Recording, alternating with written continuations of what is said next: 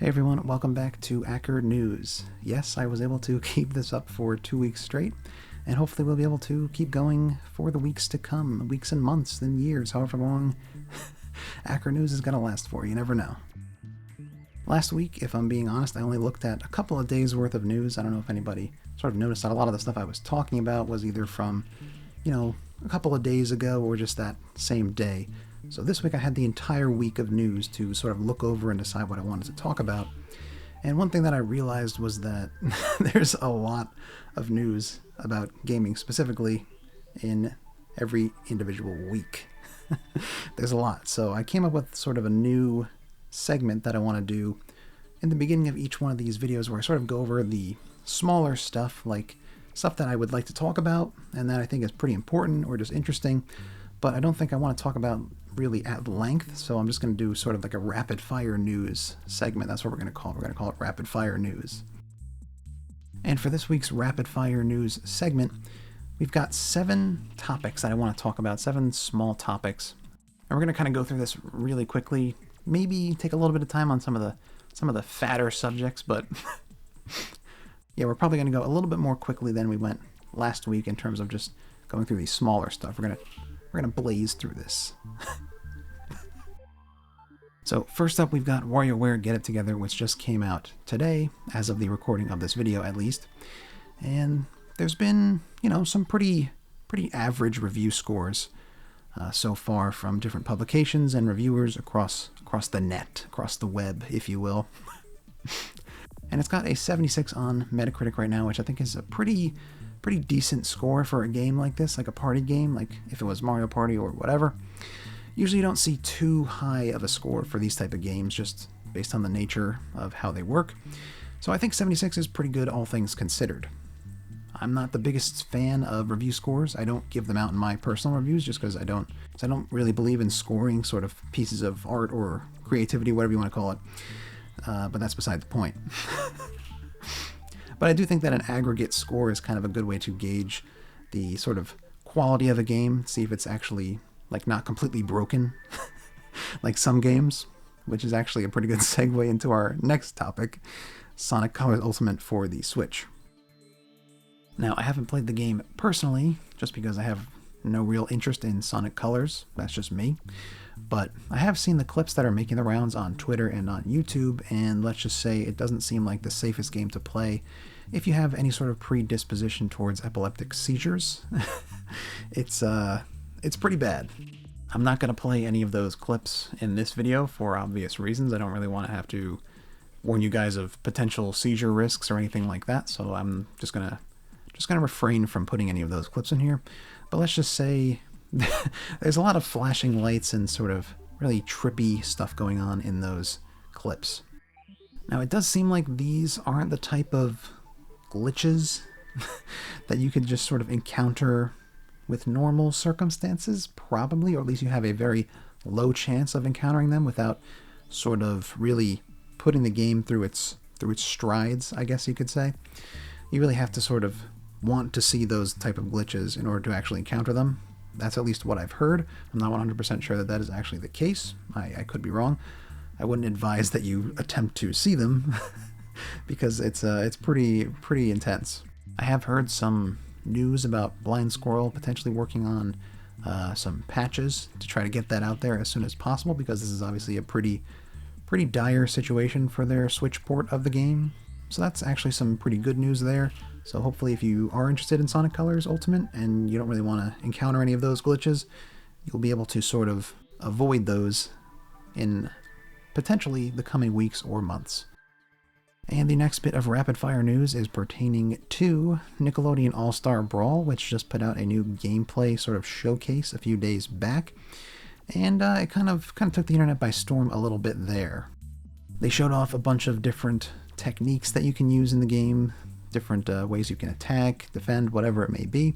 And of these sort of techniques, whatever you want to call them, attacks, movement options they showed, definitely the fact that Spongebob is able to wave dash, or I guess just any character potentially is able to wave dash and wave land, in a Nickelodeon fighting game sort of surprised a lot of people. Just seeing SpongeBob sort of wave dash around there, that was pretty interesting. But in addition to the wave dashing, they also had sort of a bunch of different things that seemed a little, like, at least from my perspective, a little cheesable, if you will. Like the aerial grabs, grabbing people from the ground, stuff like that. Seems like stuff that could be potentially overused or abused in certain scenarios, maybe. I don't know how things are going to go. But yeah, we'll have to check in on those sort of abilities later on down the road when the game comes out. But overall, I'd say I was pretty happy with the showcase that they showed. There was some pretty interesting stuff, and it seems like it's going to be a fun game. But we'll have to see, like I said. Alright, next up we've got a couple of Pokemon-related topics. First up, we've got Pokemon collaborating with Krispy Kreme donuts, specifically in Australia. Sorry to everybody else in the world. As well as Oreo. They have sort of Pokemon-themed Oreos coming out. Whatever that means. I think they also had Build-A-Bear for a while there. I'm not sure. I saw Gengar on Twitter at one point, so that was actually pretty cool. I believe these collaborations are sort of celebrating Pokemon's 25th anniversary. At least the Krispy Kreme donut one said that in the article that I read. And it seems like a pretty, honestly, less than optimal way to celebrate a 25th anniversary. I don't know, that's just my opinion. I would rather have maybe some game re-releases or some game content or some other stuff besides Krispy Kreme donuts in Australia and Oreos. I don't know, that's just me. But maybe they'll do some stuff down the road. I don't know. But as of right now, it doesn't seem like it's really hitting its stride. And keeping with Pokemon, our next story is about a bunch of people in Japan who sort of ignored all the state of emergency, all the COVID, everything going on there. And they just said, you know, we just want to get some Pokemon cards, so we're just going to go out and get them. There was a release of two, I think it was two re-releases of two sets. One was like EVV, and then I forget the other one, whatever it was. I don't know what it was. I don't sort of partake in Pokemon cards, at least not anymore.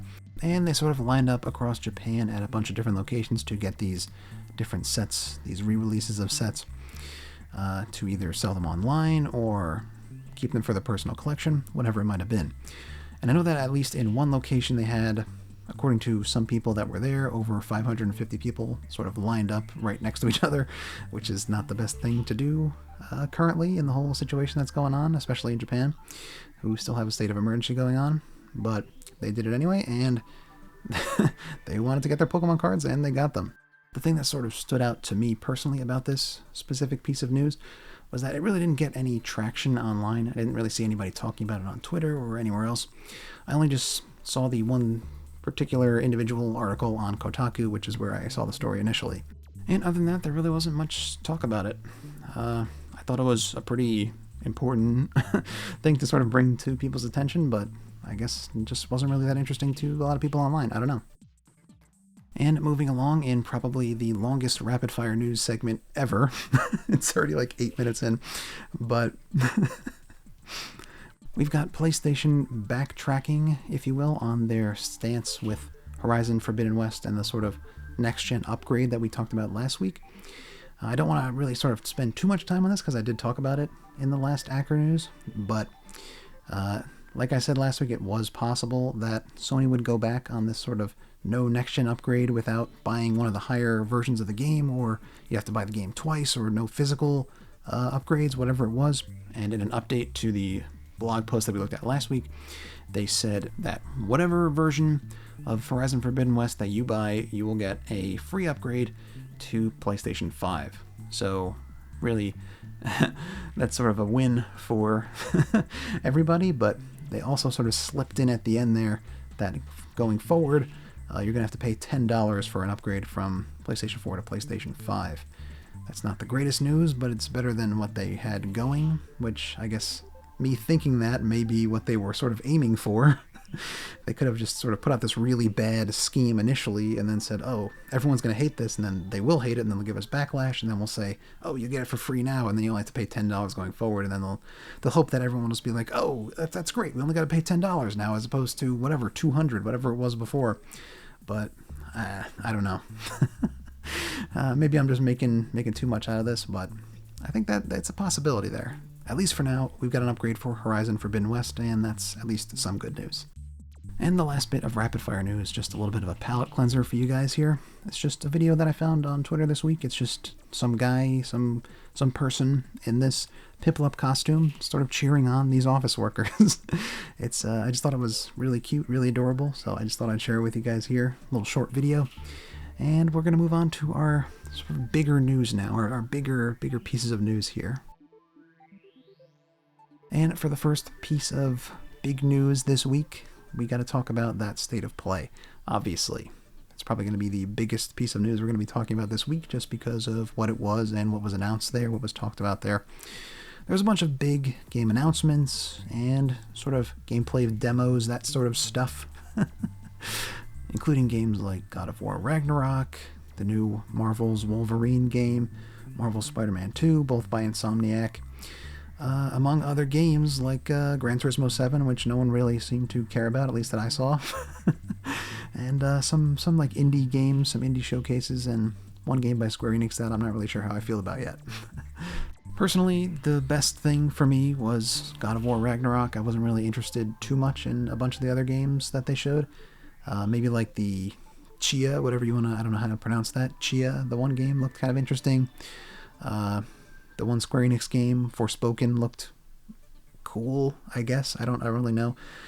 It was kind of weird to me in that trailer that they showed. There was like no sort of people anywhere. It was just like she was fighting enemies in like a blank town. It was just a town of just nothing.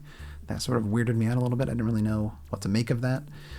So I had to see some more stuff from that game before I'm really able to sort of judge my feelings about it, I guess. I don't know.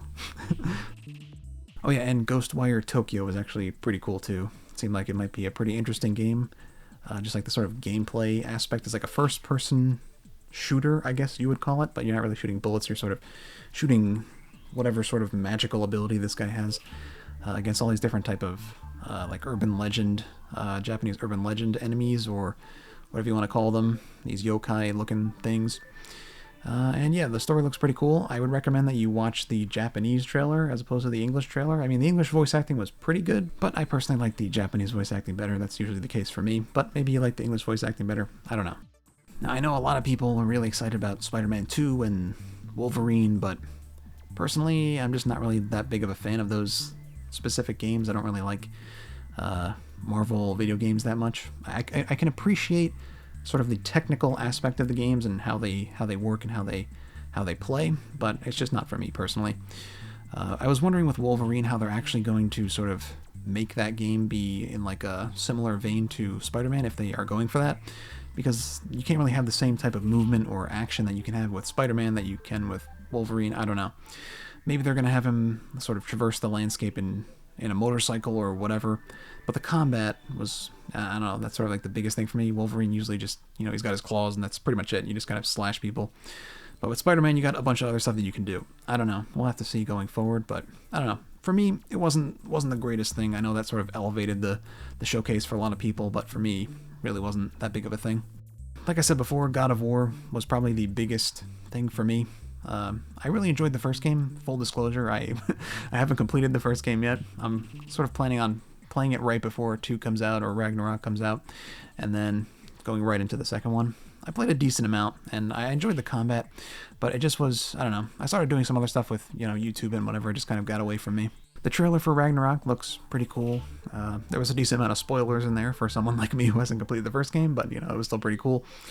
Looks like you got Thor in there. You're going to be fighting Thor. Maybe he's on your side. I don't know. And then there was, a bunch of other stuff. It was a really cool trailer. I'd recommend that you check it out if you haven't. Definitely. It seems like a really cool game. But other than those things, it was really just, sort of some indie stuff. Grand Theft Auto was there for whatever reason. They had Guardians of the Galaxy, which looks, it looks okay, but I'm not convinced that it's an actual functioning game yet, honestly. There was the Uncharted remaster collection, which looked pretty cool, but I'm not the biggest Uncharted guy, but it was still pretty cool to see. And yeah, that was pretty much it for the state of play. I thought it was a pretty good press conference. I wouldn't say that it was my favorite press conference of the year. I'd probably still say that was Nintendo, just because of the games they announced there were just sort of more in my wheelhouse as opposed to these ones. But I do recognize that they had a decent amount of good announcements there. It wasn't the like the best one that I've ever seen from Sony, but it was pretty good. All right, and our next piece of big news, if you will, is the sort of situation in China surrounding gaming. A couple of different things. One was something that came out, it was a while back, a couple of days ago at least, that they're going to be limiting the number of hours and days that children under the age of 18 can play online video games. They're limiting it to 1 hour on Friday, Saturday, and Sunday. So 3 hours total per week, just 1 hour on each of those weekend days. As someone who sort of grew up playing video games, this honestly seems like sacrilege to me personally, especially in my teenage years when I played a lot of online video games. It definitely was not an hour per day on the weekends only. That seems like something that a really strict sort of parent would sort of give one of their kids as a punishment, like 1 hour per day only on Friday, Saturday, and Sunday. And it seems like a lot of people on the internet are sort of with me on that sort of opinion, that this is a little bit too much of a restriction here for the kids of China. But it's probably not the easiest thing to overturn, so I don't really know what you can do in this scenario. I don't really want to get too deep into Chinese politics here, because I just want to sort of keep things a little bit lighter. Don't want to go too deep in there, but I do think this is not the greatest route to take for the kids. I know China has been sort of anti-video game for a number of years now, and this is sort of like the icing on the cake. They're just like, yeah, you can't play video games at all, essentially. 3 hours a week, that's just nothing. 1 hour a day, there's just no way, especially for kids. Well, you have nothing else to do when you get home from school. It's just like, what? I don't know, I guess I could do my homework, I don't know. But like I said, that's not the sort of whole story here. In going with this sort of crackdown on video games, if you will, if you can call it that, China's been putting some regulations on their big video game companies, at least a few of them, like Tencent and NetEase, and saying like, you guys are making too much money. You can't make this much money. You got to focus more on more wholesome values, not the pursuit of money, which I think is a pretty good thing to tell them, because they kind of infest their games with microtransactions. But and both companies have lost a decent amount of money. I think it was a total of like $60 billion or something like that between the two companies. Yeah, it's obviously not looking too great for them right now. The stocks have sort of plummeted as people are just like, we got to get out of here now because these companies are going to go under, or whatever it was. And they lost a bunch of money. $60 billion it's not anything to sneeze at. And listen, I'm no fan of Tencent or NetEase, really. Like anything that they sort of get their hands on, at least in my opinion, they just sort of ruin it with microtransactions and that sort of thing. But I don't think that like they should necessarily be like destroyed as companies, or like completely change everything about their company. I think they could probably make good games if they weren't pursuing so much microtransactions and overall wealth. But I guess we really don't know if that would ever even happen, if they would sort of abandon their path and sort of choose a new one without being forced to do that. So this could be a good thing and a bad thing at the same time, but I don't know. We'll have to see what happens in the future. But seeing as China's sort of limiting the number of hours that kids can play online video games per week, it's not looking too good. Let's just put it that way. But okay, let's break up sort of these heavy, big news topics with a little bit of a news segment here, another news segment that we're going to be doing, hopefully going forward. It's something I thought of while I was making the video here. We're going to be doing the deal of the week. One game that I sort of spotted that went on sale, and it was a pretty good deal, a good game that I'd recommend that people pick up, and we're going to be talking about that. I'll just show you the deal, we'll talk about it, and that'll be it. So this week's deal of the week is on Yooka-Laylee and the Impossible Lair. This should be on PC, PlayStation, and Switch, I believe. I already have the game on Switch, so I can't confirm that it's still on sale, but I believe it is. I'm not 100% sure. It is on PlayStation and PC, I think. And it's on sale for $7.50, which is a pretty good price for what you're getting here. I played through the whole game. I 100%ed everything, and It was a really fun game. I definitely recommend that if you haven't tried it out, definitely, especially if you like 2D platformers, definitely try it out. It's it's only $7.50, so if you don't enjoy it as much as I did, it's not the biggest deal in the world. Great game though. And that sale, according to the PlayStation Store, will be going on until the 16th of September, I believe. So you have about 5 or so days to go and pick this up if you wanted to at least try it out. There you go. There's this week's deal of the week, Yooka-Laylee and the Impossible Lair. But alright, moving on to our next piece of big news, we have something that was talked about, a little bit in a number of videos that I saw and some people talking about it on Twitter. And that was an interview with the former Sony Interactive Entertainment president, Shawn Layden, and him talking about how he retired from the gaming industry, how he retired, well, I guess not the gaming industry, but he retired from Sony, and talking about why that happened and sort of his views on the gaming industry, and I'd like to sort of go over that here. This all comes from an article, an interview that Bloomberg conducted with Shawn Layden, and it was pretty interesting, at least, to say the least. The first thing the article talked about, and sort of the main draw that they sort of put in the title and all that stuff, was about why he left Sony. But I felt like that wasn't really the main point of the article, but we will talk about it. He just kind of said, it's a young person's job. I'm getting a little bit too old for this, But I don't know. It didn't really seem like that interesting of a thing to sort of headline the article with. It was just going to be like, yeah, I was too old. There was a little bit of speculation. They mentioned it in the article that current president or CEO, whatever it is, the master, the overlord of first names, Jim Ryan, was sort of the one that pushed him out. He sort of like ousted him because he wanted his job or whatever, and he didn't really comment on that, but it's a possibility, but I don't know. He didn't really seem like he was too beat up about it if that was the fact, so I don't know if I believe that or not. The main thing for me, the main sort of takeaway from this article for me, was that the part where he talked about the direction that the gaming industry is headed in. He said that the cost of making games doubles every platform or whatever, and that games on the PlayStation 5 are going to cost $200 million to make, and that they used to cost $100 million to make on the PlayStation 4 and all this. But I think that wasn't really the whole picture. He didn't really give you the whole picture. It really should have been quantified as like, this is what Sony blockbuster games cost to make, It's not what every game is going to cost to make. I guarantee you Nintendo games do not have a budget anywhere near $200 million right now. Even $100 million, I would doubt. I would highly doubt that. They're probably more like the $20 million range, if that. Shawn Layden goes on to talk about how the gaming industry, because of the rising cost of production, is sort of leaning towards a future where gaming companies only make games that are sequels to games that they know work because it costs so much money to make. And for Sony, that might be the case with the way they focus on blockbuster, realistic, art style games. If you can even call it art style, whatever it is, it's just realistic people, honestly, for the most part.